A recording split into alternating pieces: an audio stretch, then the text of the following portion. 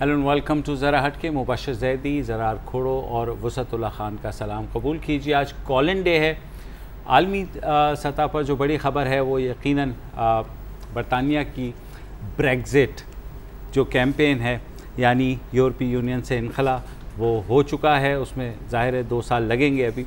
उसके अलावा जो लोकल ख़बरें हैं उसमें इमरान खान ने जस्टिफाई किया है जो ग्रांट दी है दारुल उलूम हक्कानिया को 30 करोड़ की। उन्होंने कहा है कि वो रिफ़ॉर्म के लिए दी गई है और इस गारंटी पे दी गई है कि दारुल उलूम हक्कानिया जो है वो रिफ़ॉर्म करेंगे। तीसरी बड़ी ख़बर ये है कि पीपल्स पार्टी ने हुसैन हक्कानी जो पाकिस्तान के साबिक़ सफ़ीर रहे हैं अमेरिका में और बाज़ मेमो केस के बाद से बहुत ज़्यादा मुतनाज़ा भी हो गए थे, उसके बाद पीपल्स पार्टी ने आज एक कलाबाजी खाई है और उनको डिसओन कर दिया है एक साथ जो कि इतने साल चला, तकरीबन 23 साल।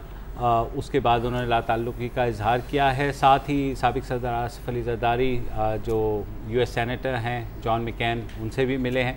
तो क्या ये कड़ियाँ कहीं जुड़ती नज़र आ रही हैं? मैं कुछ अर्ज करना चाहूँगा। जी बताएं। बिल्कुल। तर्के ताल्लुकात पे रोया ना तू ना मैं, लेकिन ये क्या कि चैन से सोया ना तू ना मैं। हाय हाय, क्या सही था? सही था, वजन में सही था ना? क्या कहना ये चीज अब और मैं कोई बात नहीं कर रहा पूरे शो में। चलें ठीक है, नाज़रीन करेंगे। मैं इसको इस एंगल से देखूंगा कि होता ये है कि इस्तेमाल करो और इस्तेमाल करके फेंक दो। ये एक टिपिकल मिसाल है। मसलन 93 में बीबी जब वाशिंगटन गई थी और बीबी ने खुद भी ये कुछ इंटरव्यूज़ में कहा, तो हुसैन हक्कानी वहाँ थे। उस वक्त तो वो एम्बेसडर नहीं थे, लेकिन ये है कि कैपिटल हिल में चूँकि उनके कनेक्शंस थे, तो सेनेटर्स के साथ जो मुलाकातें हैं वो अरेंज करवाने में अहम किरदार अदा करते थे हुसैन हक्कानी। और उस ज़माने में बहुत ज़्यादा बीबी को लिफ्ट कैपिटल हिल में नहीं कराई जाती थी, तो नाश्ते का अरेंजमेंट या लंच या डिनर जो है इस तरह से मीटिंग्स जो हैं वो अरेंज करवाते थे। और उसके बाद फिर from nowhere to somewhere वाला जो सफ़र था उस ज़माने का, इनिशियली बीबी का वाशिंगटन की हद तक वो तय हुआ। और हुसैन हक्कानी ज़ाहिर है कि उससे पहले पार्टियां बदलने में और वफादारियां बदलने में खासे मशहूर थे, लेकिन ये जो रिलेशन जो बीबी से उनका कायम हुआ 23 साल पे मुश्तमिल है। और आज जो है मेरा ख्याल पता नहीं आसिफ जरदारी ने किस बुनियाद पे ये लाताल्लुक़ी आई थिंक बुनियाद तो काफ़ी क्लियर है। हाँ। क्योंकि आप देखें हुसैन हक्कानी साहब का एक वॉल स्ट्रीट जर्नल में भी एक आर्टिकल छपा था, why are we giving attack helicopters to Pakistan, जिसमें मतलब बड़ा क्लियरली है कि जी ये जो आप असला दे रहे हैं पाकिस्तान को, ये it will fuel conflict in south Asia, ये उनका जुमला था। फिर उसके बाद कि ना दें, कंडीशनल करें, फलाना टीना। तो काफ़ी टाइम से मतलब जब से जिलावतनी इनकी सेल्फ इम्पोज या जो भी हुई है, तो ऑब्वियसली उनके भी लाइन चेंज हुई है, पाकिस्तान के खिलाफ लॉबिंग भी की है। वो एक और बात है कि सरताज अजीज़ पूरे पाकिस्तान की फॉरेन पॉलिसी फेलियर का दारोमदार हक्कानी साहब पे डाल रहा है। वो एक और भी मज़ेदार बात है कि पाकिस्तान फॉरेन पॉलिसी हुसैन हक्कानी और हक्कानी ग्रुप के बीच में शायद थोड़ी सी फंसी हुई है। ये भी एक अलग बात है, बीच में दारुल उलूम हक्कानिया भी आता है। हुसैन की जो दलील थी ये ठीक थी कि जी अगर एक आदमी पे ही इन्हिसार है पाकिस्तान की फॉरेन पॉलिसी का, तो फिर तो उस आदमी की गौर से सुननी चाहिए बात। जी हाँ, लेकिन ये बात भी सच है कि मेमो गेट के बाद स्लोली यू हैव सीन कि काफ़ी फोरम्स पे against aid to Pakistan, against military aid to Pakistan ये बातें हुई हैं, लेकिन कॉलम्स भी लिखी गई हैं। मैं देखें वो नहीं, मुझे देखें मेमो केस पे रहे ना। मेमो केस क्या था? तो आपकी मेमो केस, हाँ, मेमो केस देखें, वो मेमो केस पे ये था कि उन्होंने आसिफ अली जरदारी के कहने पर एक ख़त लिखा अमेरिकी हुकूमत को, अलेजिडली मुबैना तौर पर, जिसको ऑब्वियसली बाद में वो डिनाई भी करते हैं कि ऐसा कुछ नहीं था, लेकिन ख़त लिखा जिसमें ये कहा गया कि पाकिस्तान में जो मतलब मेमो केस में सिर्फ वो एक फरीक तो नहीं थे ना? नहीं बिल्कुल नहीं, अपने तौर पे तो एग्जैक्टली यही मैं कहना चाह रहा हूँ। तो किसी पार्टी को अगर इस तरह करना जो है डिसोन करना, तो मुझे फिलहाल समझ में इसकी सिर्फ यही दलील समझ बड़ी आसान है यार। कॉस्ट बेनिफिट एनालिसिस होती है ना एक, कि आपको फायदा क्या, आपको नुकसान क्या, उनको फायदा क्या है एसोसिएशन करने का। अगर वो मतलब फॉर एग्जांपल अगर उन पे लेबल लगा हुआ है सच या गलत कि वो पाकिस्तान के खिलाफ लॉबिंग कर रहा है, तो पुरानी रिश्तेदारी निभाने के लिए कौन उनको उठा के जाएगा? जब जरदारी साहब क्लियरली अपने आप को थोड़ा रीब्रांड करना चाह रहे हैं, आप बिलावल की भी नहीं, तो सर बात तो यही है ना, बिलावल की भी मोदी का जो यार है, गद्दार है, गद्दार है, अगर आप उस एंगल को लेके जाए, और बकरे तो कुर्बान करने पड़ते हैं, और ये बकरा है जिसके आपको अभी जो दूध भी नहीं देता ना यार, तो उससे आप कुछ नहीं बना सकते, तो क्या फायदा है? अच्छा, लियाकत दुरानी साहब है पहले कॉलर पेशावर से। जी दुरानी साहब, मतलब समझ गए होंगे। हेलो जी, अस्सलाम वालेकुम दुरानी साहब, फरमाइए। पेशावर से लियाकत दुरानी बात कर रहा हूँ जी। जी जी, अभी रिसेंटली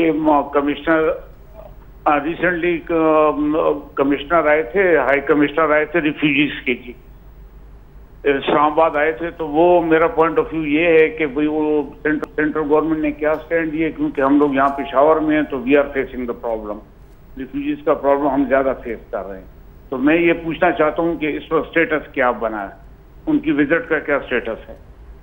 कि वो जो हाई कमिश्नर आए थे सेंट्रल गवर्नमेंट के साथ, जो उनकी टॉक्स हुई हैं, तो ये अफगान रिफ्यूजीज को एक्सटेंड कर रहे हैं या नहीं कर रहे हैं? और अगर कोई एक्सटेंशन ये लोग दे रहे हैं तो इन्होंने क्या हमारे सूबे से या हमारी प्रोविंशियल गवर्नमेंट को एतमाद में लिया है कि नहीं लिया? जी बहुत शुक्रिया। इसका स्टेटस बेसिकली ये है कि ये जितने भी रेफ्यूजीज हैं, ये इनको जो इमदाद दी जाती है, वो अक़वाम मुत्तहिदा का जो इदारा बराए रेफ्यूजीज़ है, वो इनकी अपकीप के लिए एक बजट एलोकेट करता है, हुकूमत पाकिस्तान के थ्रू जो है वो रीइंबर्स होता है और हुकूमत पाकिस्तान अरेंज करती है।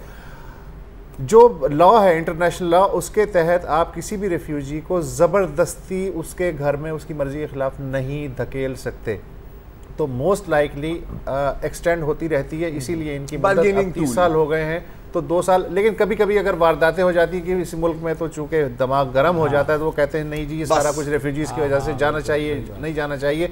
फिर UNHCR का कोई आता है अहदेदार, वो नहीं याद दिलाता है कि भाई साहब ये आपका सिर्फ मसला नहीं है, इंटरनेशनल मसला है, पैसे भी हम दे रहे हैं और आप ज़बरदस्ती इंटरनेशनल कन्वेंशन के मुताबिक नहीं धकेल सकते, तो ये फिर वो ठंडे हो जाते हैं। मंजूर साहब हैं हमारे साथ लाड़काना से। जी मंजूर साहब। सर मैं मंसूर चांडियो कर रहा हूँ। जी जी सर, एक तो 2 दुखदायक वाक़े हो गए कराची में। एक तो जस्टिस साहब का बेटा और हमारा वो जो कवाल साहब जसाबरी साहब। एक बात सर समझ में नहीं आती, अगर जब कुछ अमन होता है 1 हफ्ते के लिए 2 हफ्ते के लिए, तो रेंजर्स के साथ बड़े उनके हक में बड़े नारे लगाए जाते हैं और सारा होती है, ऊकार हो जाती है सारे पाकिस्तान, ठीक है सर, और क्रेडिट भी लेती है रेंजर्स लेती है और हमारे वो दूसरी वर्दी है वो लेते हैं। जब कोई क्राइम होता है तो सारी जो गाली पड़ती है वो पुलिस को पड़ती है। पुलिस के लोग भी बेचारे शहीद होते हैं, ठीक है उनमें कुछ प्रॉब्लम है, वो इतना जो कोई एक्टिव नहीं है फोर्स।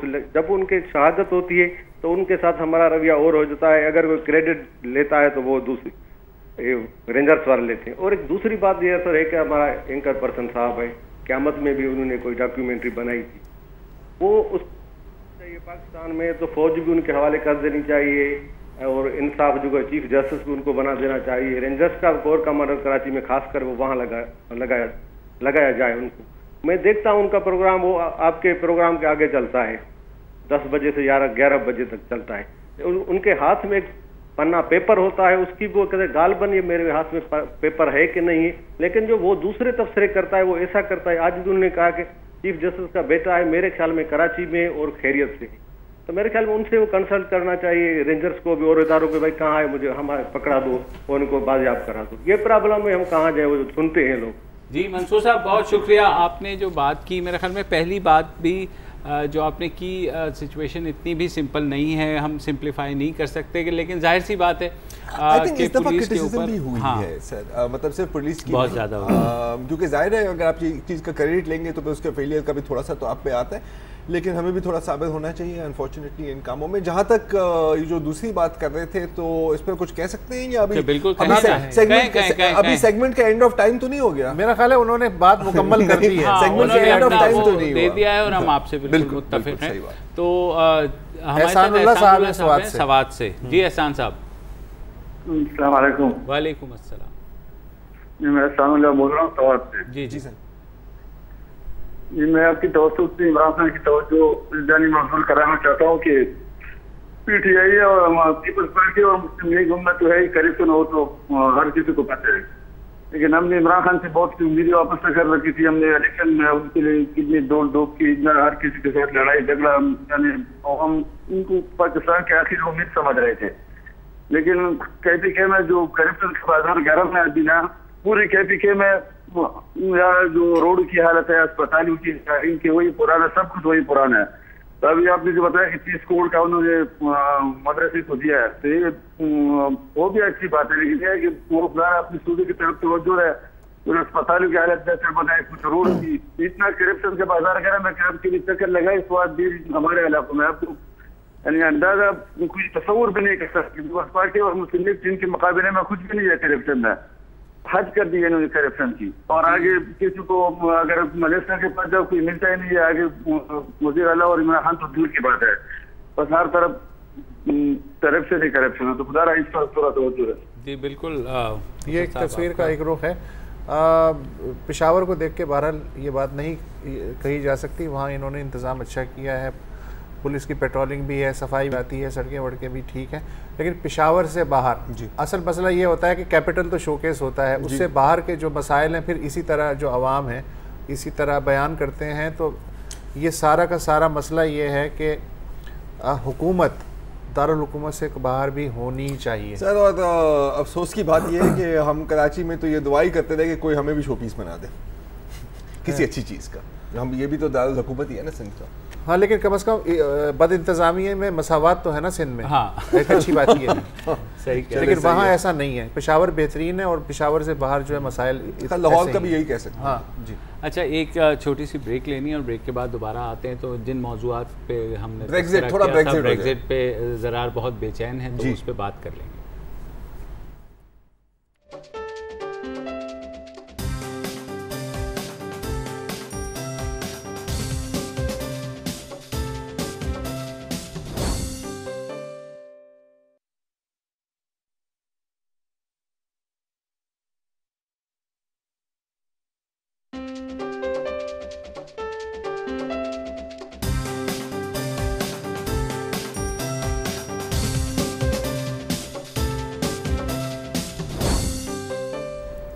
Welcome back. आज जुमा है, कॉलर्स डे है। एक कॉलर हैं सलमान साहब कराची से। जी सलमान साहब फरमाइए। वालेकुम सलाम। मुबशर भाई, ज़रार भाई बैठे हैं? जी बिल्कुल जी बैठे। जी ज़रार भाई, आपके बहुत तजर्बे बहुत ज़बरदस्त होते हैं और जो है हकीकत पर मबनी होते हैं आपके ज़्यादातर तजर्बे। Thank you sir. ये जो मतलब ये सिक्योरिटी आम आदमी को जो नहीं देते हैं, कराची के हालात या पूरे मुल्क के हालात 2 मिनट में सुधर सकते हैं। सिर्फ एक काम करें कि ये जो बड़े बड़े लोग हैं, जो बड़े बड़े सियासतदान हैं, इनकी सिक्योरिटी ख़त्म करें ना। आम आदमी अगर इनको सिक्योरिटी, अगर इनको ख़दशात हैं तो आपको वज़ीर आज़म बनाए ना, आपको क्यों नहीं बनाते? आपको कोई सिक्योरिटी, आपको कोई ख़दशात नहीं, आपको बनाए, आप ज़्यादा खिदमत कर सकते हैं। तो इनको सिक्योरिटी की जब ख़दशात है जाके अपने घर में बैठे, क्यों इनको ज़रूरत पड़ी आवाम की खिदमत करने की? जी तो बहुत शुक्रिया, बहुत शुक्रिया। इंशाल्लाह जब सहाफोक्रेटिक गवर्नमेंट आएगी तो हम वज़ीर आज़म बनेंगे। और यार टेक्नोक्रेट में मान नहीं सकते क्योंकि टेक्निकल चीजें आती नहीं। आइंदा मैं भी ये करूंगा, बाहर किसी को पैसे दे के आऊंगा, कॉल करूंगा। तुम वैसे मुझे पता है तुम व्हाट्सएप पे यही कर रहे होते हो। वैसे यार एक बात करूं, ये ब्रेक्जिट, अगर अच्छा जहांजेब साहब हैं, चलिए आप नाम मुझे करने दें मुल्तान से बात, ठीक है? जी जहांजेब साहब, अस्सलाम वालेकुम। वालेकुम अस्सलाम। सर, वसूलुल्लाह खान साहब को देख के हमें बड़ी खुशी होती है और आप साहबान को मैं सलाम। और आपसे पूछना ये था जी कि पिछले दिनों बुख्ती साहब, सरफराज बुख्ती साहब भी बड़े जज्बाती अंदाज में बताते थे कि अफगान को हम धकेल लेंगे, और चौधरी निसार साहब भी फरमा रहे हैं और लोग भी फरमा रहे हैं। क्या इंटरनेशनली इस चीज को कम्युनिटी अप्रिशिएट करेगी? नंबर 1। नंबर 2 ये पूछा था कि पिछले दिनों मैं ये सुन रहा था कि अमेरिका ने हमारी इमदाद, फौजी इमदाद दोबारा रिलीज करने का सोच रहे हैं। तो अब जबकि हम अपने सारे अंडे चाइना की गोद में रख ही चुके हैं, तो क्या अगर वो हमें इमदाद मिल जाती है तो फिर हम दोबारा उनकी सहेली बन जाएंगे अमेरिका की? बहुत शुक्रिया।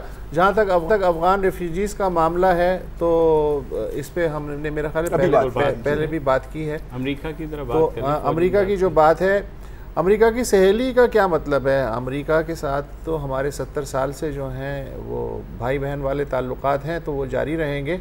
वो इमदाद दे ना दे उससे क्या फ़र्क पड़ता है? हमारा उनका एक जज्बाती रिश्ता है जो बरकरार रहेगा।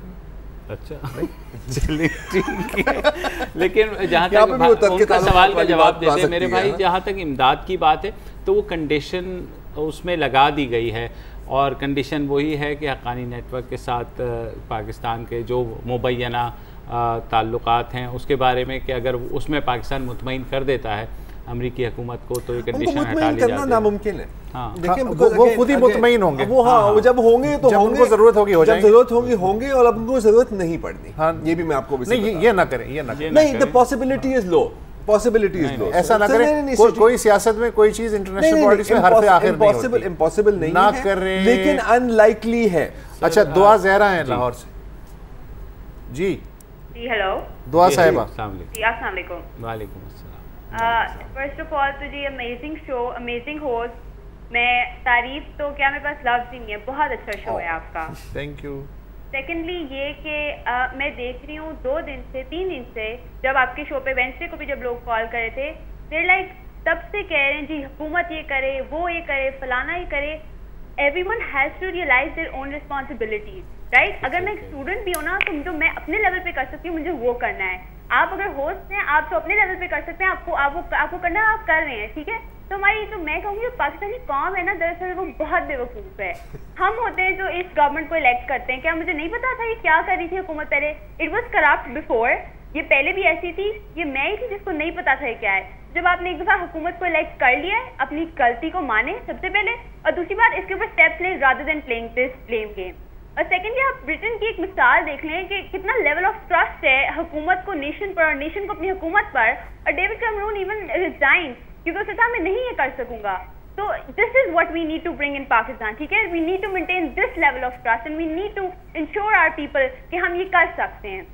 Thank you. पर्सनल रिस्पॉन्सिबिलिटी की बात की और बात बिल्कुल सही है। अगर आप किसी पर उंगली उठाते हैं, 3 उंगलियां ब्रेक्जिट। अच्छा, अब ब्रेक्जिट की बात, अब मैं वैसे ब्रिटेन से बड़ा जेलस हूँ, ठीक है। अब अच्छा, एक मजेदार बात की भी दुआ साहिबा ने कि हम ही वोट डालते हैं। हाँ। तो आज ना बड़े वो CNN और BBC पे लोगों के इंटरव्यूज चल रहे थे जिन्होंने वोट किया था लीव, हाँ, यूरोपियन यूनियन से हट जाए। वो कह रहे थे कि यार हमने वोट तो दिया था लेकिन हमें तो नहीं पता था कि ऐसे होगा, हमें क्या पता था कि हमारी वोट की इतनी अहमियत होगी। हाँ। तो ये तो ऐसे है ना कि अपने सर पे बंदूक रख के गोली चले, यार मैं तो सिर्फ कह रहा था कि तुम मेरा थोड़ा ख्याल पूछ लो, मुझे क्या पता था कि मैं मर जाऊंगा। हाँ। ये भी बड़ी बड़ी बात है। बात ये सही है कि वज़ीर आज़म को एतमाद था और उन्होंने रिजाइन कर दिया, क्योंकि जाहिर है वज़ीर आज़म जो थे वो उस हक में नहीं थे। मैं वज़ीर आज़म की बात नहीं कर रहा, मैं एक अलग बात कर रहा हूं। बकौल हमारे एक दोस्त का वो मुल्क और आबो हवा और किस तरह दिया गल्ला कर दिया। वैसे नहीं, मैं बड़ा जेलस हूं वैसे ब्रिटेन से कि एक वोट से वो यूरोपियन यूनियन से हट गए। मैं तो यहाँ एक व्हाट्सएप ग्रुप से नहीं निकल सकता है यार। तो ये एक बड़ा मसला है। हमारे खुर्रम साहब वज़ीरिस्तान से कॉल कर रहे हैं, चले इनकी बात सुन लें। उमर खान साहब वज़ीरिस्तान से। जी उमर साहब। अस्सलाम वालेकुम। वालेकुम अस्सलाम। जी सर, मेरा सवाल वसतुल्लाह खान से है। वो सवाल मेरा हटाने के मुतल्लिक है, जो हुसैन हक्कानी है। वैसे अगर हम इसके मुतल्लिक जो हम उसके मुतल्लिक सोचते हैं और जितना हमने उसके मुतल्लिक पढ़ा है, वो तो काफ़ी पाकिस्तान के फॉरेन पॉलिसी के मुतल्लिक जो वो आर्टिकल लिखते थे काफ़ी हकीकत पर मबनी होते हैं और वो वही चीज़ों को क्रिटिसाइज करते जो असल में होनी चाहिए। अब मेरा सवाल ये है कि असल में हम तो अदम बर्दाश्त के मुतल्लिक काफ़ी उस पर हम फोकस करते, काफ़ी एंकर आ जाते कि माशरे में अदम बर्दाश्त है।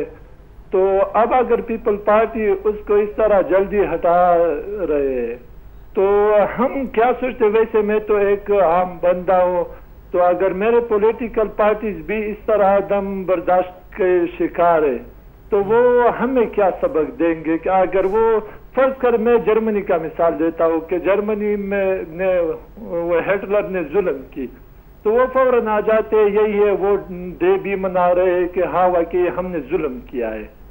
तो अगर हम इस तरह हर चीज को जो है ना इस तरह के, अगर कोई बंदा हकीकत बोले और उसको इस तरह साइड लाइन पे हम करते तो वसतुल्लाह खान से मेरा क्वेश्चन है, वैसे मैं इलाके से भी, मेरा वजीरिस्तान इलाका है, तो अगर हम इस तरह लोगों को साइड लाइन पे करते तो ये आपस की जो कोऑर्डिनेशन होती है वो जो हम आहंगी कहलाते हैं, अगर इस तरह हाई लेवल वाले बंदे को, जो इतना प्रोफेशनल बंदा हो पाकिस्तान के लिए, उन्होंने किस हद तक तो शायद उसने कुछ किया हो।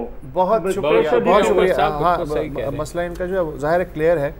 बात ये है, क्या नाम था इनका? उमर खान साहब। मसला ये है कि हमें अपने जो गलतियां हैं या गुनाह हैं, हम जाहिर है कि हम, मुझसे कोई गुनाह सरजद नहीं हो सकता, मुझसे कोई गलती नहीं हो सकती। अगर सारी गलती होगी तो उमर खान साहब आपसे होगी या ज़रार से होगी या मुबशिर से होगी।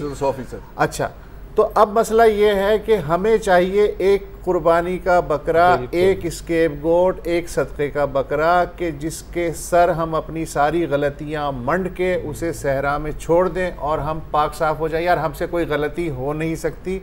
अब बाज़ औक़ात बाज़ केसेस होते हैं, जेन्युइन होते हैं मुखालफत के, लेकिन जहाँ हमारी साइकी ये हो जाए कि हमसे कोई गलती नहीं हो सकती, सामने वाले से होती है, तो कुर्बानी के बकरे बहुत हैं। जो सामने आया उसका सींग पकड़ा, उससे लाल धज्जी मांगी, उसे धकेल दिया।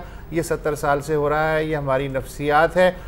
इसका जो मामूली तरीन जो नफ्सियात है वो ये है कि अगर आप किसी सिग्नल पे ये देखें कि दो मोटरसाइकिल वाले टकरा गए हैं, मैंने अपने 54 साल की उम्र में नहीं देखा कि किसी एक का कसूर हो, कोई दोनों ही बेकसूर होते हैं। तो बिनहैसुल कौम हमसे कोई गलती नहीं होती, सामने वाला जिसे कुर्बानी का बकरा बनाना उसी से सारी गलती है। और सबसे खूबसूरत बात यह है ना कि जब आप कभी अपनी गलती मानोगे ही नहीं, तस्लीम ही नहीं करोगे, तो आप कभी उसे सीखोगे ही नहीं। और लेकिन इस बात में लुब्बे लुबाब ये कि वैसे तो हमारी खारजा पॉलिसी इतनी ज़बरदस्त चल रही है कि जिसका कोई सानी नहीं है। एक ये जो है ना यार, सिर्फ एक वजह से, एक बंदे से की वजह से, एक साला मच्छर, एक साला मच्छर। चले, न्यूज़ अपडेट्स का वक्त हुआ है, उसके बाद वापस आते हैं, आपकी कॉल देते रहेंगे।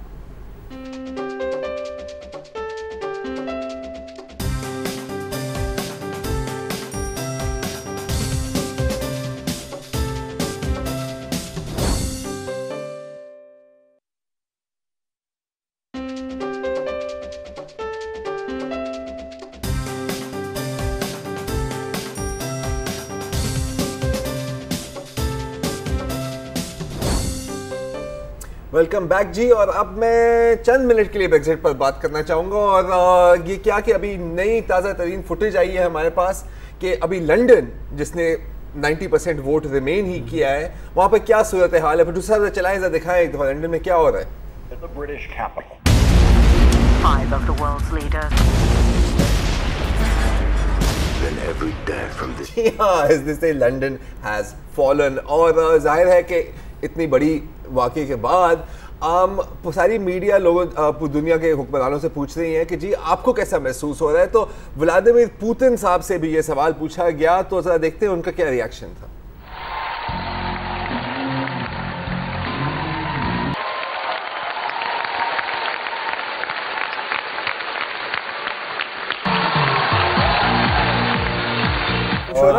और पहला जो आपने क्लिप दिखाया है, जाहिर है वो हकीकत में नहीं हो। ब्रेकिंग न्यूज़ है सर, ये आपको नहीं पता। अच्छा, वैसे ये मैंने मूवी से उठाया था, लेकिन फिट हो रहा था तो मैंने कहा इस्तेमाल कर दो। एंड ऑफ डेज नहीं हुई अभी, एंड ऑफ टाइम नहीं हुआ। एंड ऑफ टाइम हो रहा है, एंड ऑफ डेज नहीं, एंड ऑफ डेज नहीं हो रहा। अच्छा, टाइम तो हमेशा एंड ही हो रहा होता है। लेकिन यार मैं एक चीज कहूंगा कि अभी माउंट बैटन की रूह तड़प रही होगी बिल्कुल मच्छी की तरह, ठप ठप ठप ठप ठप ठप ठप। क्यों यार, मतलब जो पार्टीशन करने आते हैं उनकी पार्टीशन हो रही है मेरी जान। स्कॉटलैंड कह रहा है कि नहीं, हमने तो नहीं रहना आपके साथ, हम जा रहे हैं। तो अब यूनाइटेड किंगडम, हाँ, ग्रेट ब्रिटेन से लिटिल इंग्लैंड बन गई है। और शिन फेन ने भी मतलब आई एम सॉरी, लेकिन मुझे मतलब मेरा अंदर का मोमेंट जाग रहा है। शिन फेन ने भी मुतालबा किया है कि अब हमें एक मुत्तहिदा आयरलैंड के लिए हमें रेफरेंडम की जरूरत है। बिल्कुल बिल्कुल बिल्कुल, गो यूके गो। अभी तो फ्रांस में जो राइट विंग पार्टीज हैं, लेपेन, उन्होंने कह दिया है, नेदरलैंड्स में कह दिया है। लेकिन फ्रांस कभी वो नहीं करेगा जो इंग्लैंड ने किया है, क्योंकि सर मतलब 1000 साल की एक हिस्ट्री है उनकी कि यार हम आपको नहीं पसंद करते, तो वो 40 सालों में इन चीज़ें नहीं मिटती यार। अच्छा, मज़ेदार बात यह है कि अगर हम थोड़ा सा इन पर इस तरह तज्जिया करें, जैसे वेस्ट में या CNN, BBC पर हमारे यहाँ हम जैसे गरीब मुल्कों पर तज्जिया होता है, तो देखें कि यार आप पे इतने कॉन्फ्लिक्ट हो रहा है, तो बेहतर नहीं होगा कि कुर्दों को एक अलग मुल्क दे दें, यू नो, या अलग कर दें। अच्छा, शिया सुन्नी फसाद है, तो मेरा ख्याल बेहतर है कि इसको हम 3 मुल्कों में तकसीम कर दें ना, एक शियों का, एक सुन्नियों का, एक कुर्दों का, वगैरह वगैरह, इराक की तरह। तो ये ज़रा मैप देखें कि ब्रिटेन में किस तरह वोटिंग हुई है। अब ये जो लाल है ये है लीव, और ये जो रेड है, ब्लू है, ये है रिमेन। ठीक है, अब मैं तो कहता हूं कि एज पीपल जिनका एक्सपीरियंस है, बंटवारे का और पार्टीशन का, मैं तो कहता हूँ कि इसको भी अब 2 मुल्कों में तकसीम कर देना चाहिए। क्या ख्याल है?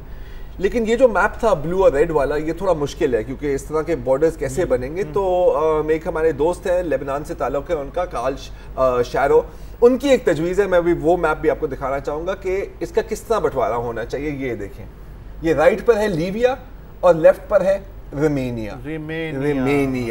इसमें एक मुझे एतराज़ ये है कि कहीं ना कोई डिस्प्यूटेड टेरिटरी की जरूरत होती है ताकि अगले 200-300 सालों तक भी लड़ाई चलती रहे। तो टीपू सुल्तान की बद्दुआ लगी है लोगों को। जो भी आप मजाक अपनी जगह, लेकिन ब्रेक्सिट के बाद से मार्केट्स प्लंज की हैं पूरी दुनिया में बहुत ज्यादा। उनकी अपनी करेंसी जो है, जो पाउंड स्टर्लिंग, जो कि सबसे ज्यादा ताकतवर करेंसी समझी जाती थी, 11% तक वो गिर गई है।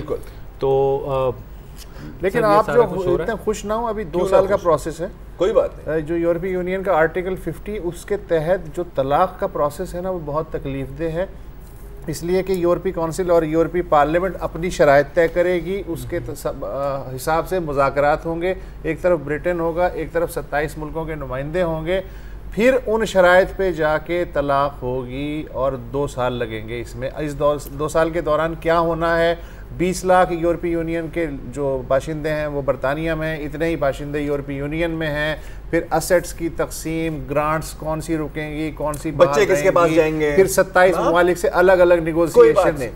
EU will make a horrible example out of them, क्योंकि वो इस तरह का प्रेसिडेंट सेट ही नहीं करना चाह रहे। अब देख लें। शकील अहमद है कराची से। जी शकील साहब फरमाइए। चले गए जी, चले गए और मेरे ख्याल में बहुत ज़्यादा उन्हें इंतजार, इसीलिए मैं तुम्हें कहता कि मैंने 2 मिनट मुनव्वर साहब हैं रावलपिंडी से, उनसे बात कर लेते हैं। जी मुनव्वर साहब। हेलो जी, अस्सलाम वालेकुम। वालेकुम अस्सलाम। जी भाई। खान साहब, मुनव्वर सत्ती बोल रहा हूँ कोटा से। जी।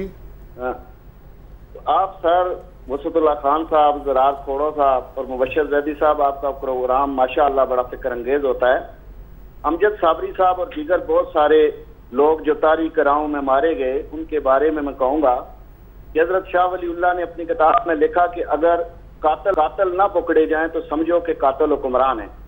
बेशक। दूसरा, चूंकि आपके प्रोग्राम का नाम भी जरा हट के है, तो आज मैं आपकी तवज्जो एक ऐसे मसले की तरफ उठाना चाहता हूँ कि आपने देखा होगा कि हुक्मरानों ने हर दौर में अपने लिए NRO भी किए, SROs भी किए, लेकिन 16 MPO के तहत और दफा 144 की खिलाफ वर्जी में हजारों जो केसेस हैं, मैं खुद एक सड़क छाप सियासी कारकुन रहा हूँ। मैं आपको बताऊं कि मैं 1996 में मेरे केसेस हुए 16 MP और दफा 144 की खिलाफ वर्जी पर बेनजीर साहिबा के जो उन पर सजा हुई तो हमने जुलूस निकाले। तो यकीन जाने में मुकदमात आज तक भुगत रहा हूँ। इसी तरह ज़ारून शहर में भी अगर मुताद अंदाजे के साथ ये कोई इकट्ठे किए जाए तो ये लाखों की तादाद में होंगे। मैं दावे के साथ करता हूँ कि ये ला हासिल केसेस अगर आम गरीब लोगों पर जिनको इक़्तिदार के लिए इस्तेमाल किया गया खत्म कर दिया जाए तो 30% केसेस खत्म हो जाएंगे और अदालतों पर से बोझ भी खत्म हो जाएगा। Exactly. तो मैं चाहता हूँ कि आप इस मसले को उठाएं, क्योंकि आपकी तवज्जो सुनी, आपकी बात सुनी जाती है, आप जानकार हैं। बहुत जेन्युइन, इस पे बहुत जबरदस्त बहुत जेन्युइन बात है। और इससे ज्यादा अलमनाक बात यह है कि सैकड़ों ऐसे कैदी हैं जिनके कोर्ट ने क्लियर कर दिया है लेकिन जमानत के पैसे नहीं हैं और वो जो है जेलों में बंद है, और उसमें जो असल जो सजा है वो भुगतने के बावजूद उतनी ही सजा जो है वो इसलिए भुगत चुके हैं कि वो जेल से बाहर आने की सकत नहीं रख सकते। जुनैद काजी साहब हैं कराची से। जी जुनैद साहब। अस्सलाम वालेकुम सर। वालेकुम अस्सलाम। तमाम भाइयों को मेरी तरफ से बहुत बहुत अल्लाह ताला आप लोग को अमान में रखे। बहुत बहुत रमज़ान की मुबारकाएं हैं आप लोगों के लिए। अच्छा सर, मैं एक मसले पे आपसे बात ये करना चाह रहा था कि जरा जो मैं गुफ्तगू करूं उसको प्लीज गौर से सुने और इसको प्लीज आम करें। जी ठीक है। अच्छा, बात यह है कि पहनने को कपड़ा नहीं चाहिए, खाने को रोटी नहीं चाहिए। असहाब इक़्तिदार से अर्जी है ये मेरी कि मैं पाकिस्तानी हूँ, मुझे पाकिस्तानी परचम की बका चाहिए। समझ रहे हैं आप बात को? जी बिल्कुल समझ रहा हूँ। मैं ये कराची के हवाले से बात कर रहा हूँ। ये कौन सी चौथी कुव्वत है जिसने एक आम बंदे के हाथ में पाकिस्तानी परचम दे के अवाम के बीच में फेंक दिया? मुझे अपने परचम का तहफ़्फ़ुज़ चाहिए। मैंने इसी परचम को, इसी जैसे परचम को कराची शहर में जलते और फटते देखा है। मैं अपने परचम का तहफ़्फ़ुज़ इक़्तिदार असहाब से चाहता हूँ। जुनैद साहब बहुत बिल्कुल आपकी बात सुन ली है। इसी पे मुझे याद आ रहा है, अभी किसी ने ट्विटर पे हमें पैगाम भिजवाया और बड़ा क्या खूबसूरत पैगाम है। वो ये है कि जितने लोग इस कराची शहर में या हमारे मुल्क में जनाज़ों में शिरकत के लिए निकलते हैं, अगर उतने ही एहतजाज के लिए निकल पड़े तो शायद इन जनाज़ों की ज़रूरत ना पड़े जो रोज़ बरोज़ हम जिसमें शिरकत करते हैं। तो बहुत रेलिवेंट बात उन्होंने की है। वक़ार साहब हैं कराची से, उनसे भी बात करते हैं। जी वक़ार साहब। अस्सलाम जनाब। वालेकुम अस्सलाम। सबसे पहले तो आप सब लोगों को बहुत बहुत मुबारकबाद, इतना अच्छा एक इंटेलेक्चुअल डिस्कशन वाला प्रोग्राम करने पे आवाम उससे बहुत ज़्यादा मुस्तफ़ीज़ होती है। मुझे सिर्फ 2 कमेंट्स करने हैं, एक इमरान खान साहब के अंदाज़े सियासत पे और एक हालात पे। इमरान खान के अंदाज़े सियासत को देख के तो मुझे ज़ौलक का रेफरेंडम याद आ जाता है कि अगर आपको तो पाकिस्तान में इस्लाम चाहिए तो मैं सदर पाकिस्तान, यानी अगर जो है नवाज शरीफ और जरदारी साहब करप्ट है तो PTI बहुत अच्छी है और मैं वज़ीर आज़म पाकिस्तान। मैं तो ये समझ में नहीं आता कि एक पॉलिटिकल पार्टी और इतना लीडर, इतना बड़ा फेम, उसमें इतनी समझ नहीं है कि पॉलिटिकल पार्टी अपनी परफॉर्मेंस से अवाम में जगह बनाती है, दूसरों पे लान तान करके नहीं। ये तो जब से पॉलिटिक्स में इन हुए दूसरों पे लान तान। भाई आपको अल्लाह ताला ने इतना अच्छा मौका दिया था, आप KPK में जगह बनाते, अच्छी परफॉर्मेंस देते, दूसरों पे भी तनकीद करते, करप्शन पे भी करते, लेकिन अच्छा असल फोकस तो वहाँ रखते ताकि लोगों में जगह बनती आपकी। इनका तो सारा फोकस ऐसा लग रहा है कि इन्हें लॉन्च किया गया है सिर्फ इसीलिए कि सियासतदानों को बदनाम किया जाए। और जी वक़ार साहब, वी गॉट योर पॉइंट, और कुछ हद तक उनकी बात सही भी है। ये तनकीद होती है इमरान खान साहब पे कि भाई वो बार बार ट्रैक से हट जाते हैं और वो फिर एक ऐसी बात करते हैं जो ज़्यादा रेट्रिक के। सर ये जनरल इलेक्शन के बाद बहुत लोगों की यही उम्मीद थी जो अभी इन्होंने फरमाया। सही बात कि ठीक है इलेक्शन में नेगेटिव कैंपेनिंग होती है, लेकिन वो किस हद तक आप उनको चलाते हैं। बिल्कुल, कभी आप मतलब पॉजिटिव पे आप बात करें और पॉजिटिव्स हैं जिस पे आप फोकस करते हैं, लेकिन जब ये नेगेटिव में चले जाते हैं तो फिर वो डिस्ट्रैक्ट हो जाते हैं। तो चलते चले जाते हैं। से बात कर लिए। अकरम साहब है कोयटा, मोहम्मद साहब है कनाडा से। असलम साहब। जी असलम साहब। सर अस्सलाम वालेकुम। वालेकुम अस्सलाम। जी मैं आपका प्रोग्राम बहुत शौक से देखता हूँ और यहाँ पे थोड़ा टाइमिंग की प्रॉब्लम होती है, लेकिन मैं रिपीट में देखता हूँ और जब भी टाइम मिलता है मैं आपके कॉलम भी पढ़ता हूँ। मेरा आपसे एक सवाल ये था कि अभी कुछ अर्सा पहले एक प्रोग्राम में शाहजेब खानजादा के प्रोग्राम में एक साहब आए थे, उनके बारे में अभी क्या अपडेट्स थे? जी सर आप बता देंगे। आप शहरियार न्याजी की अगर बात करें तो सर अपडेट्स जो मेरे पास लास्ट थी, कोई FIA ने उनसे थोड़ी बहुत पूछगछ ज़रूर की है, उसके बाद क्या हुआ है मुझे नहीं पता, लेकिन क्योंकि इस चीज़ को टाइम गुजर गया। लेकिन आपके लिए हम ये कि नेक्स्ट वीक कुछ ना कुछ इसमें अपडेट्स ले आएंगे अगर आप चाहते हैं तो। फ़िलहाल बहरहाल यही अपडेट है कि FIA की एक टीम ने उनसे आकर के पूछा है कि भाईजान इतने साल आप क्या कर रहे थे, क्यों खामोश थे, क्या आपके पास है। तो जैसे वो होगा फिर हम आपको बताते रहेंगे। फ़िलहाल वक्फा ले लेते हैं और उसके बाद दोबारा हाजिर होते हैं।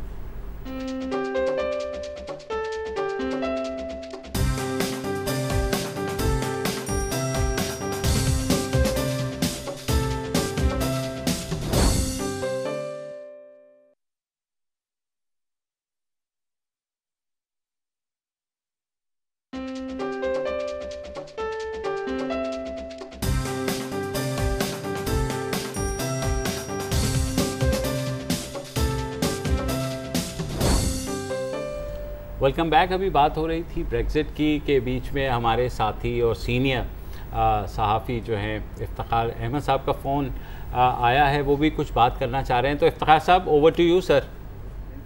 शुक्रिया। सबसे पहले तो आप तीनों दोस्तों ने जो रंग इस्तेमाल किए हुए हैं प्रोग्राम में, इससे सीखना चाहिए तमाम प्रोग्राम करने वालों को कि टेलीविज़न पे बैठ के कौन से रंगों का इस्तेमाल जो है वो बेहतर है।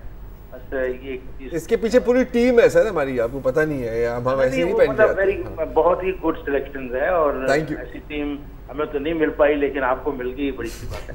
वसतुल्लाह साहब को मैं सुन रहा था, उन्होंने बात की अपना जो ये फैसला है UK के लोगों का, लेकिन वसतुल्लाह साहब आपने महसूस कर रहे कि ये 30 लाख के करीब UK में आए हैं बाहर से लोग, और जिनको 2 साल के अंदर यहाँ तो जाना होगा और नज़ारा जाना ही होगा, और जो खुद यूके के जो लोग बाहर बैठे हैं और जिन्होंने वहाँ पे सरमायाकारी की हुई है उनका क्या होगा?